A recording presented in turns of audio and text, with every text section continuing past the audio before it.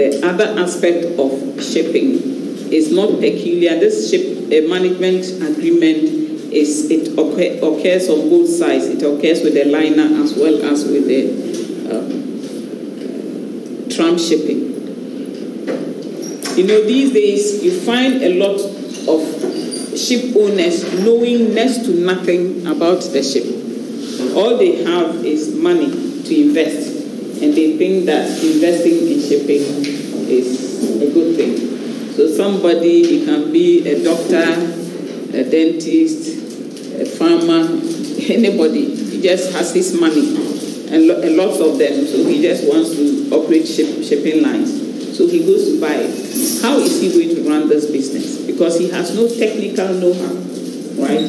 He doesn't know an inkling of what the shipping business is. So he approaches a management company who will do that on his behalf. And now these management companies have virtually taken over, even with well-established lines like Maersk and other things. You still see the management companies featuring. What they do with the big companies, Maersk and Hapag-Lloyd and so on, what they do is, maybe they have ro-ro vessels in their fleet, they have oil tankers in their fleet, they have general cargo ships and so on. So each of the ship types in their fleet, they will sublet it to somebody who will manage it, who knows more about that area, and then manages it, and then they pay him. Okay. So that is what they do.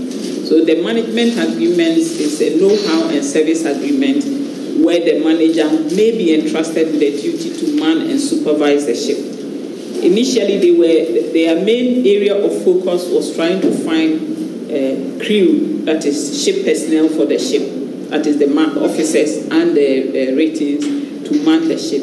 But now some have extended it beyond just crewing to other services like the actual management of the ship in terms of dry docking, other services. So all the ship owner has to do is come to some arrangement, and at the end of every month, the money goes into his bank. That is all he knows about. He has nothing to do with the ship except to make sure that the ship is working. Once in a while, he asks for info what is being done.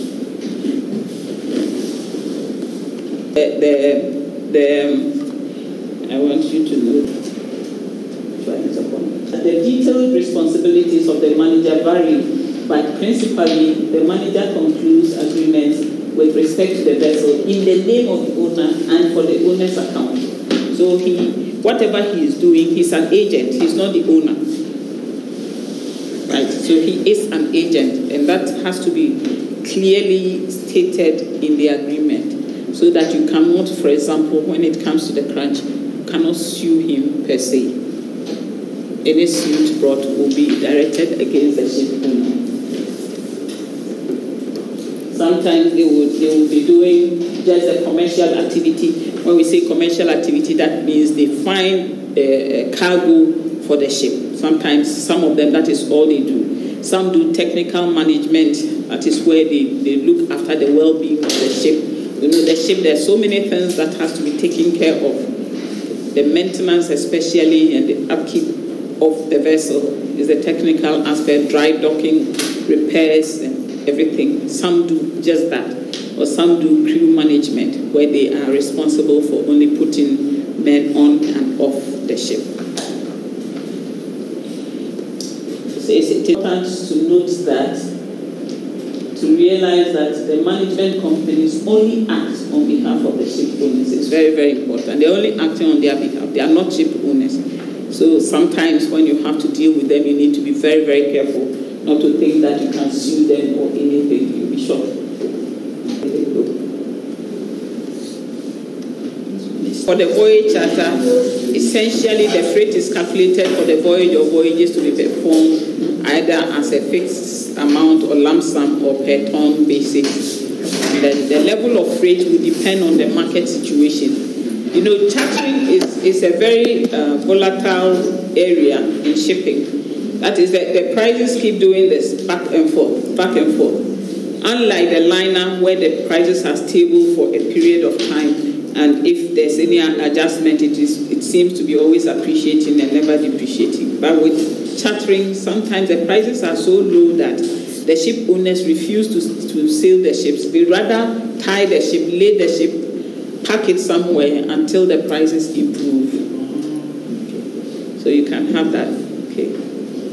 So the level of freight depends on the market, that is the forces of supply and demand.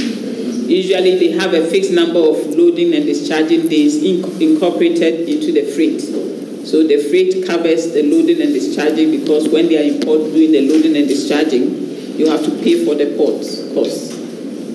And that is why they give them the option of getting demurrage, so that if you exceed the number of days that you have to load or discharge, then the charterer has to pay some compensation for the excess. The number of loading and discharging days is always stated in the charter party. The usual cost of operation, the port cost, fuel cost, and everything are the responsibility of the ship owner.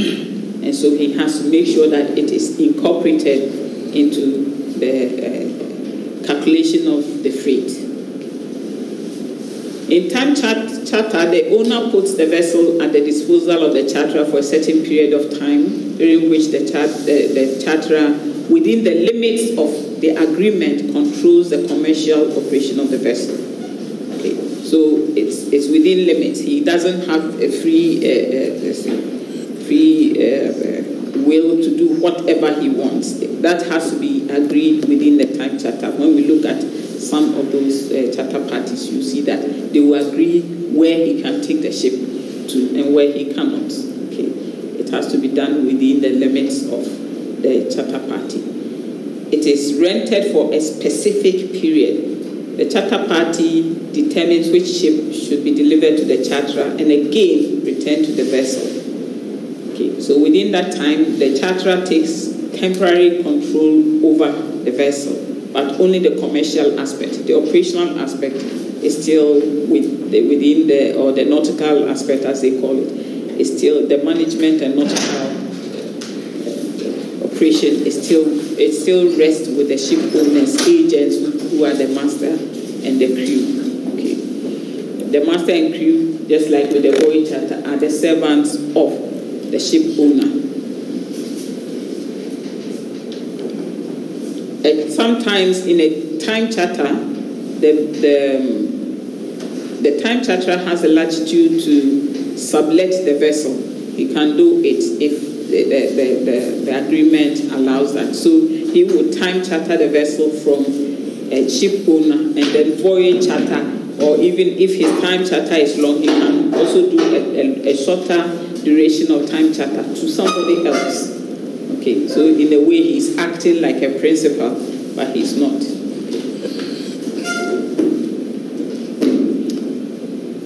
They usually pay for the services either on a monthly or fortnightly basis.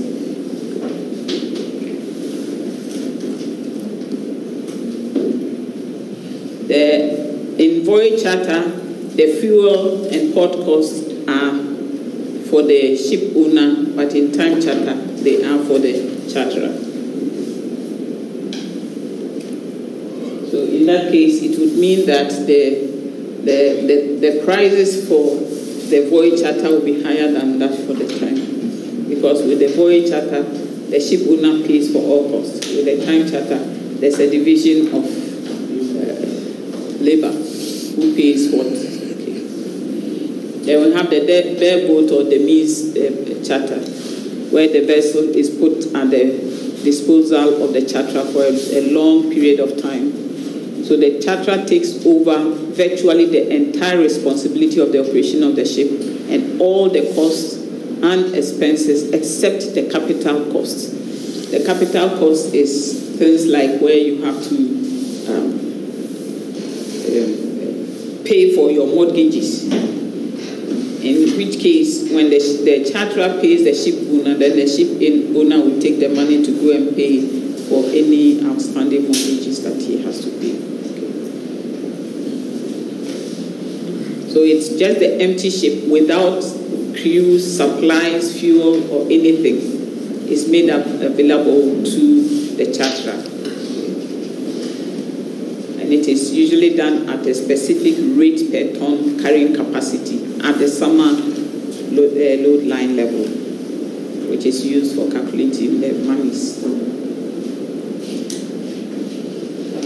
The charterer has the responsibility for both commercial and technical responsibility, and he will pay for the maintenance, the crew cost, insurance, everything he has to pay. So in principle, the ship's crew are the responsibility of the charterer. But sometimes it is not so, especially where the charterer decides that he wants to use the ship owner's own crew. So all the crew that will be manning the ship throughout the period of his usage of the vessel will be the crew supplied by the ship owner, in which case they may make a slightly different arrangement where the ship owner will be paying the crew because he has a certain arrangement with them already. Okay. So as I've been saying, it says in practical terms, a bareboat charter is used as a method of financing the acquisition of newly constructed ships. Sometimes the ship